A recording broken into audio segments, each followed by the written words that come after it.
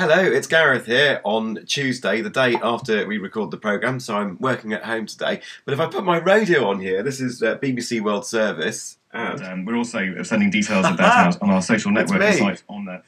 How weird is Google's that? Orchid network as well. So keep an eye So that's on me that. going out at 10:30 GMT. Finally, about this time of day. Here in the UK. So if you're not, well, like me, listening to the programme, rather weirdly, then well, I'll tell you what's on it. Why not? Because I had a go at doing one of these videos in the studio yesterday, but it didn't come out very well. So here I am doing it at home. And we're talking about, well, I'll play you some of it actually, because this is one way of showing you how we do the programme. Usually on a Sunday, I'm here at home writing the script on my computer. And around Thursday or Friday, the producer sends me all the audio for the programme so I can then write the script around it. So I've got this bit here. If you choose to have your virtual friend as, for example, a female who would wear a headscarf, or your character can go to their... That's one of our little menu clips that goes in the introduction to the programme. And it's one of the people behind Muxlim Pal, which is a virtual world for the Muslim community, describing that. And it's just a little clip of them. Private room, and you can make them pray if you like. So all of these activities... Just talking about that. So we're going to be exploring the Muxlim Pal Virtual World and asking that, you know, given that you have virtual communities like Second Life, for instance, there's a big Muslim community there, do we really need another one in Muxlim Pal? Is it a step forward, or really just segregation? The other thing, let me play you some of this. This is brilliant, by the way. Where are we?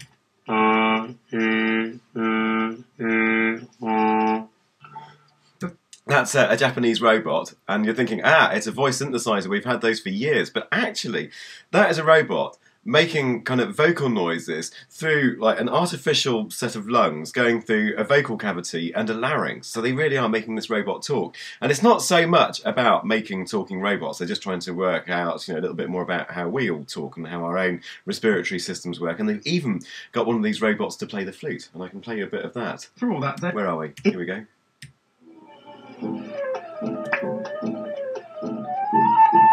So that's one of these Japanese robots playing the Flight of the Bumblebee on the flute, and we're going to be speaking to one of the engineers involved in that. Also this week we want your help, because we're compiling the last programme of the year, which will be a look back at the highlights of Digital Planet from 2008. And for instance on Facebook, if you can scroll up there somewhere, you should see a message that I've posted on our discussion board asking for your suggestions. We've given you a short list of 10 programmes, or 10 ideas, 10 items from programmes, and tell us which ones you'd like to hear again. For instance, there was this wonderful moment where I admitted to Fergal Sharkey, no less, that I'd never actually owned any of his music when I was a teenager. Tut, tut, I had it all on cassettes. Also, we've had some great trips. We've been to Los Angeles and Brazil, got some great stuff from there, so let us know what you think about that.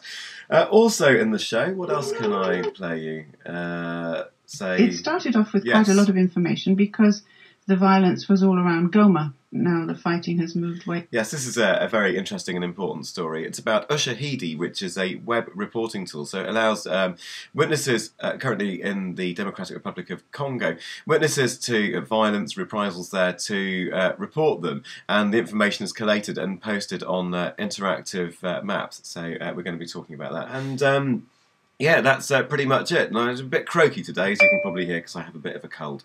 And that's a tweet coming in on Twitter. Incidentally, you can find me, Gareth M, on Twitter. Or on this, the BBC. Is learning how humans speak and how that whole system works. What have been the biggest... It never stops being weird. Anyway, enjoy the show. I hope you like it. Let us know what you think about it. And come back for our next podcast next week.